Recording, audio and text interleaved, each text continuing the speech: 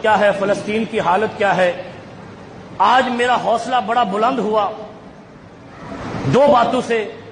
ایک تو کشمیر کا مقدمہ آپ کے وزیر اعظم نے ایسے لڑا ہے جیسے ایک مجاہد لڑتا ہے۔ دوسرا، آج اس نے جو یہ بیان دیا ہے کہ فلسطین کا فیصلہ ہونے تک اسرائیل کو تسلیم نہیں کریں گے، اسرائیل کو تسلیم نہیں کریں گے جب تک فلسطین کا فیصلہ نہیں ہوگا۔ تو دھرنے والوں سے کہتا ہوں کہ آپ تو عمران خان کا ماتھا چومو، جس نے اتنی بڑی، تم نے پورا سال یہودیوں کا ایجنٹ کہا، اس نے مسلمانوں کو رلا دیا ہے، ایسی تقریریں کی ہے۔ ان سارے مسلمانوں کو مل کر عمران خان کا استقبال کرنا چاہیے۔ آج تاریخ میں نے دیکھا ہے کوئی مسلم لیڈر اس طریقے سے امت کا مقدمہ نہیں لڑ سکا جس طریقے سے آپ کے لیڈر نے لڑا ہے۔ اور میں کہتا ہوں یہ امت کے لیے عطیہ ہے۔ ہم سعودیہ کو دیکھتے رہے، ایران کو دیکھتے رہے، ترکی کو دیکھتے رہے، شام کو دیکھتے رہے، ہم نے دنیا کی طرف دیکھا، کوئی امت کی آواز اٹھائے۔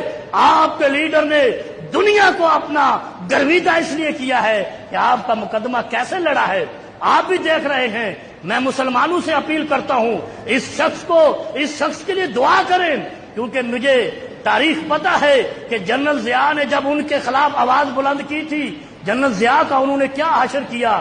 عمران خان پر بھی وہ حملہ کریں گے کیونکہ ان کے گھر میں بیٹھ کر ان کو کہتا ہے کہ ہندوؤں نے خود کش حملے سب سے پہلے شروع کیے، تم نے ہندوؤں کو دہشت گرد کیوں نہیں کہا، تم مسلمانوں کو دہشت گرد کیوں کہتے ہو؟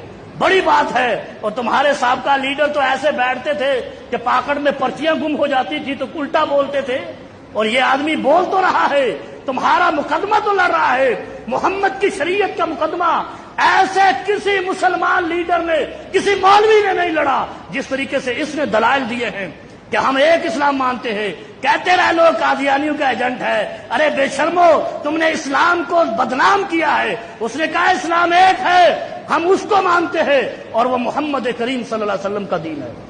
ہم محمد